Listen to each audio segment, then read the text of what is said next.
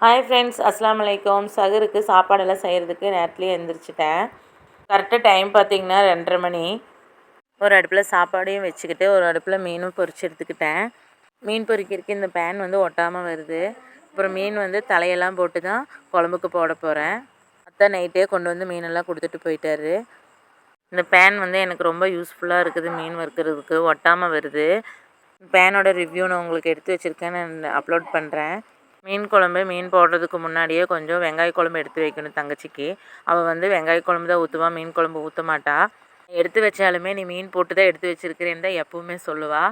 இதை பார்க்குறேன்னா பார்த்துக்கோ, போடுறதுக்கு முன்னாடி தான் உனக்கு வெங்காய குழம்பு எடுத்து வைக்கிறேன், பார்த்து கசினா. அந்த குழம்பையே எடுத்து ஓரமாக வச்சுட்டு இப்போ மீன் குழம்புல போட்டுக்கலாம். ஒவ்வொரு மீனாக எடுத்து குழம்புல போட்டு சிம்மில் வச்சுக்கலாம். மீன் போட்டதுமே சிம்மில் வைக்கணும், இல்லைன்னா நம்ம மீனெல்லாம் உடஞ்சி போயிடும்.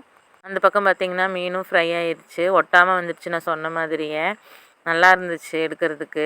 வடச்சட்டி அமைவதெல்லாம் இறைவன் கொடுத்த வரங்கிற மாதிரி நல்லா இருந்தது, ஒட்டாமல் வந்தது. எப்பவும் போல் உருளைக்கிழங்கு கட் பண்ணிகிட்டு இருந்தேன். உருளைக்கிழங்கு ஃப்ரை பண்ணிக்கலான்னு பப்படமும் பொரிச்சுக்கிட்டேன். குழந்தைகளையும் ஹஸ்பண்டையும் கூப்பிட்டு விட்டுக்கிட்டேன். எல்லோரும் எந்திரிச்சிட்டாங்க. ஆனால் சஹருக்கு என்னமெல்லாம் செஞ்சுருக்கேன்னா, சோறு, மீன் வத்த குழம்பு, வெறும் தலை மட்டும் போட்டு தான் மீன் வத்த குழம்பு செஞ்சுருக்கேன். குழம்புல போட்ட மீன் யாருமே விரும்ப மாட்டேங்கிறாங்க, அதனால் 1 2 போட்டு மிச்சத்தை எல்லாத்தையுமே பொரித்து எடுத்துக்கிட்டேன். கூடவே உருளைக்கிழங்கு ஃப்ரை, அப்புறம் பப்படமும் பொரித்து எடுத்துக்கிட்டேன். அப்புறம் வெங்காய குழம்பு தங்கச்சிக்கு.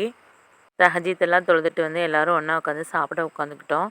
அல்ஹம்துலில்லாஹ், இன்றைக்கான சஹர் சாப்பாடு நல்லபடியாக முடிஞ்சிருச்சு. வீடியோ புதுசாக பார்க்குறவங்க சப்ஸ்கிரைப் பண்ணிட்டு பாருங்கள். வீடியோ பிடிச்சிருந்தா லைக் பண்ணுங்கள், ஷேர் பண்ணுங்கள், கமெண்ட் பண்ணுங்கள்.